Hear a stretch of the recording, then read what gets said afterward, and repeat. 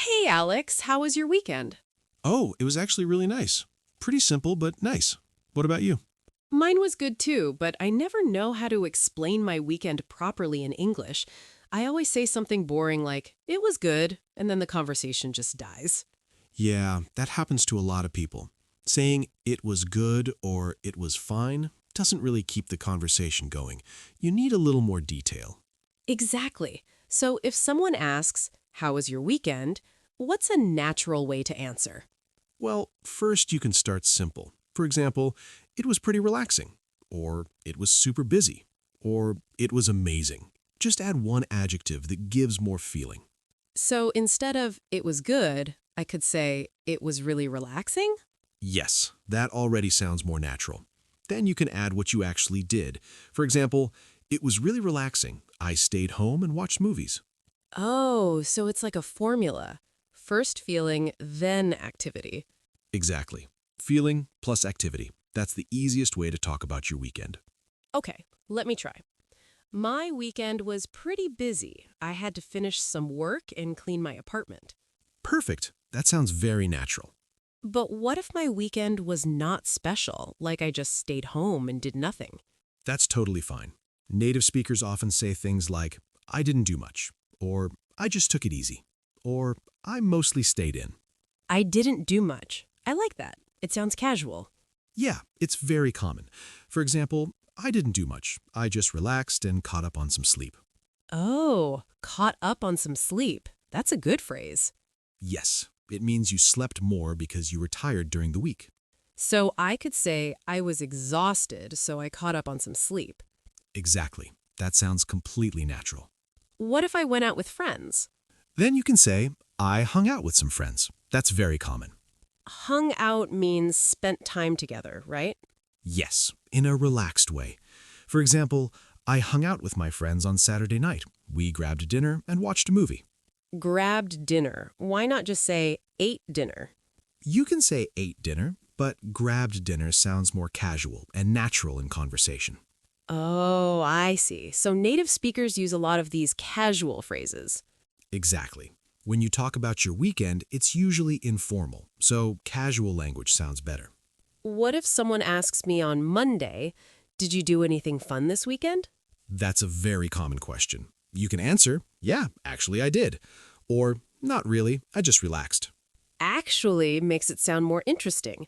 Yes, it adds emotion. For example, yeah, actually I went hiking for the first time, Oh, that sounds exciting. right? And then the other person will probably ask more questions. So the goal is not just to answer, but to continue the conversation. Exactly. If you give short answers, the conversation ends. If you give a little detail, it continues naturally. Okay, let's practice. Ask me about my weekend. All right. Hey, Emma, how was your weekend? It was pretty fun, actually. On Saturday, I went shopping with my sister, and on Sunday, I just relaxed at home. That's great. See, that already sounds natural.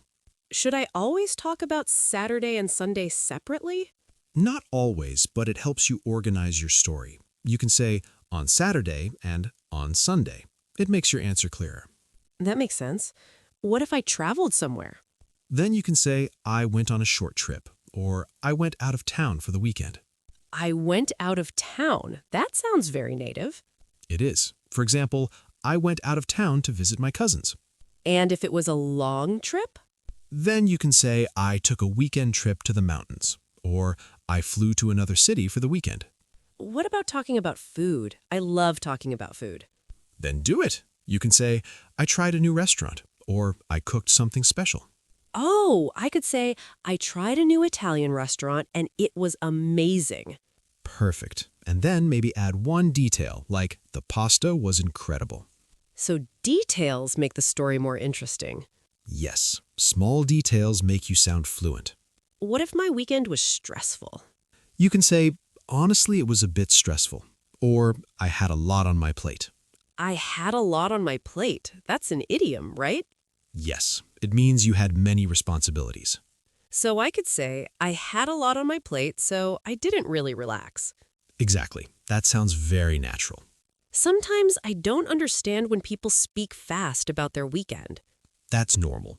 People often speak quickly because it's a casual topic, but if you learn common phrases like hung out, chilled, ran errands, you'll understand more. Ran errands. What does that mean? It means you did small tasks like grocery shopping, going to the bank, picking something up. Oh, so I could say, on Saturday, I ran some errands and cleaned the house. Yes, that's perfect. I'm starting to see a pattern. Weekend talk is just feelings, activities, and small details. Exactly. Feeling, activity, detail. That's the secret. What if I want to sound more excited? Use expressions like, it was awesome, I had such a great time, or it was one of the best weekends I've had in a while. Oh, wow. One of the best weekends I've had in a while. That sounds very advanced. It does, but it's actually simple. You just need to practice saying it.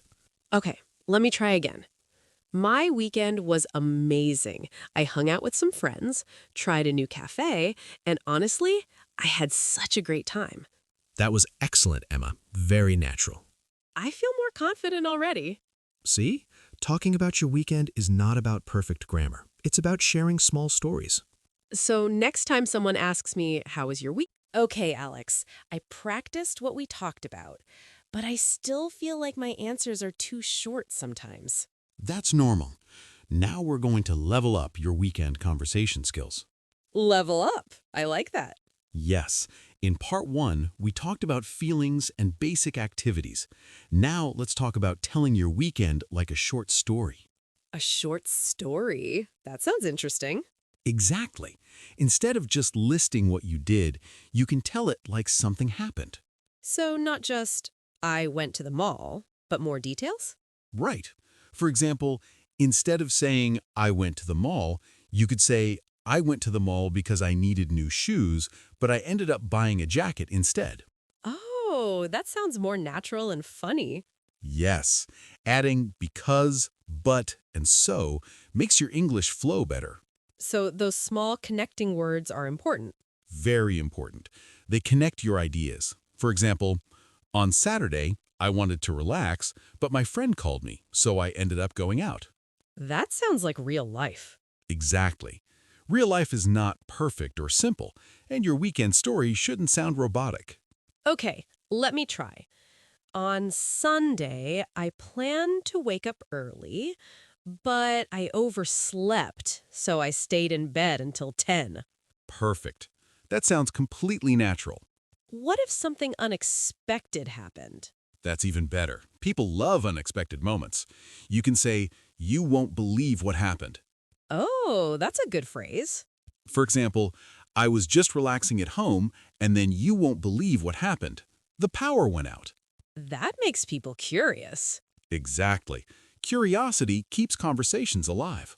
What other phrases can I use to make my weekend sound interesting? You can say, it turned out to be, I didn't expect that, surprisingly, luckily, unfortunately. Oh, those are powerful words. Yes. For example, I thought it would be boring, but it turned out to be really fun. Nice. Let me try one. On Saturday, I thought I would just stay home, but surprisingly, my cousin invited me to a party. Very good. Now add how you felt. Okay, at first I didn't want to go, but I'm glad I did because I had a great time. That's excellent. See?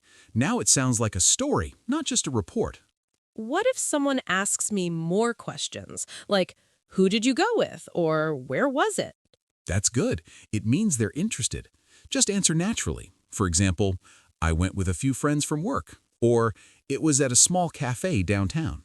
So I don't need complicated vocabulary. No. Simple English is the best English. Sometimes I feel pressure to use big words to sound fluent. Fluency is not about big words.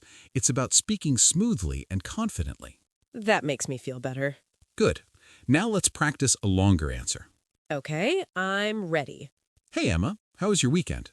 Honestly, it was a bit unexpected. On Saturday, I planned to stay home and relax, but one of my friends called me at the last minute and asked if I wanted to go to the beach. At first, I wasn't sure, but I decided to go, and I'm really glad I did. We watched the sunset and just talked for hours. That was amazing. That sounded completely natural. Really? Yes, you used but, at first, and I'm really glad I did. That's real conversational English. I feel like I'm improving. You are. Now let's talk about asking follow-up questions. Oh, right, because conversation is not just about answering.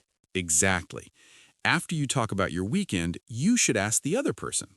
So just say, what about you? Yes, that's the easiest one, but you can also say, how about you? Did you do anything fun? Did you have a good weekend? Oh, I like, did you do anything fun? It sounds friendly. It is, and it keeps the conversation balanced. Sometimes I forget to ask back. That's okay, just practice. Good conversation is like playing tennis. You send the ball back. That's a nice way to explain it. Now let's imagine you had a boring weekend. How would you talk about it in an interesting way? Hmm. Maybe I could say it was pretty quiet, but honestly, that's exactly what I needed. Yes, that's perfect. You're adding emotion. So even a boring weekend can sound meaningful. Exactly. You can say, I just stayed home, watched some Netflix, and recharged for the week. Recharged for the week. That sounds productive. Yes, it shows purpose. What about talking about learning something new on the weekend? That's great too. You can say, I spent some time working on my English, or I started learning how to cook. Oh, that's good. Let me try. I actually tried cooking something new this weekend, and surprisingly, it turned out really well. Excellent. That sounds fluent. What if it didn't turn out well? Then you can laugh and say, it was a total disaster. That's funny. For example, I tried baking a cake, but it was a total disaster. It didn't rise at all. I like that. It sounds real. Real is always better than perfect. Sometimes people also say, same old, same old. What does that mean? It means nothing new or special happened. Everything was normal. So I could say, same old, just chores and grocery shopping. Exactly. Very natural. What about when Monday comes and someone says, ready for the new week? You can connect your weekend to the new week. For example, I think so. I had a relaxing weekend, so I feel refreshed. Oh, that's nice. Or if you're tired, you can say, not really. I stayed up too late. That's me most weekends. Then you can say, I stayed up way too late binge watching a series. Binge watching means watching many episodes in a row, right? Exactly. Okay, let me try one more full answer. Go for it. My weekend was actually pretty busy. On Saturday, I ran some errands in the morning, and in the afternoon, I met a friend for coffee. We ended up talking for hours. On Sunday, I mostly stayed home and tried to prepare for the week, but I also watched a few episodes of my favorite show. Overall, it was a good balance between productive and relaxing. That was fantastic. That sounded like a native speaker. Really? Yes, you used ended up, mostly, overall, and a good balance. That's natural conversational English. I'm starting to enjoy talking about my weekend now. That's the goal. When you enjoy the conversation, your English improves automatically. So, to summarize, I should talk about how I felt, what I did, something unexpected, and maybe one small detail. Exactly. And don't forget to ask the other person about their weekend, too. I feel much more confident now. Good. And in the next part, we'll talk about how to sound even more expressive and confident when talking about your weekend. I'm excited already. That's what I like to hear. Okay, Alex, I feel much better now, but I still want to sound more natural. Sometimes I know what to say, but I don't know how to say it smoothly. That's the final step, sounding smooth and expressive, not just correct, but natural. Yes, exactly. I don't want to sound like I'm reading from a textbook. Good, because real conversations are not perfect. People pause, they think, they add small reactions. You mean like saying and well? Yes, but naturally. For example, well, let me think. Honestly. To be honest. Actually.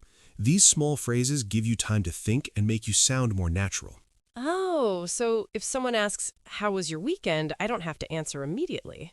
Exactly. You can say, it was actually pretty interesting. That already sounds better. Yes, native speakers rarely jump straight into a perfect sentence. They warm up first. I like that. It removes pressure. Now let's talk about expressing emotions more clearly. Okay. Instead of just saying, I was happy, you can say, I was so excited. I was really looking forward to it. I couldn't wait. I was really looking forward to it. That's powerful. Yes. For example, I was really looking forward to the weekend because I needed a break. Oh, that sounds fluent. Now let's talk about small reaction phrases. What are those? Little expressions you use while telling a story, like, it was kind of crazy. It was such a mess. It was totally worth it. It was a bit overwhelming. So they add personality. Exactly. They show how you felt. Let me try one. On Saturday, I went to a family gathering. It was kind of crazy because everyone was talking at the same time. Perfect. That sounds real. What if I want to make my story more detailed without making it too long? Use short descriptive phrases. For example, it was this small, cozy cafe. It was a beautiful sunny day. It was freezing outside. So small descriptions make the picture clearer. Yes, but don't overdo it. Just one or two details are enough. Sometimes I feel nervous speaking. My mind goes blank. That's normal. When that happens, use time fillers like, let me think. How can I explain this? I'm trying to remember. Oh, that helps you stay in the conversation instead of going silent. Exactly. Silence feels scary. Fillers keep the flow going. What about using humor? Humor is great. For example, I tried to wake up early, but my bed clearly had other plans. That's funny. Or, I planned to be productive. That didn't happen. That sounds very natural. Yes, light humor makes you sound confident. What if someone had a better weekend than me, like they traveled somewhere amazing? Then react naturally. Say, no way, that sounds awesome. I'm so jealous. That must have been amazing. Oh, reacting is important too.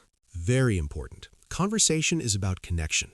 Okay, now I want to try a full expressive answer. Go ahead. Okay. Well, let me think. My weekend was actually pretty nice. I was really looking forward to it because I had a long week. On Saturday, I met up with some friends at this small, cozy cafe downtown. We hadn't seen each other in months, so it was great catching up. Honestly, I didn't realize how much I needed that.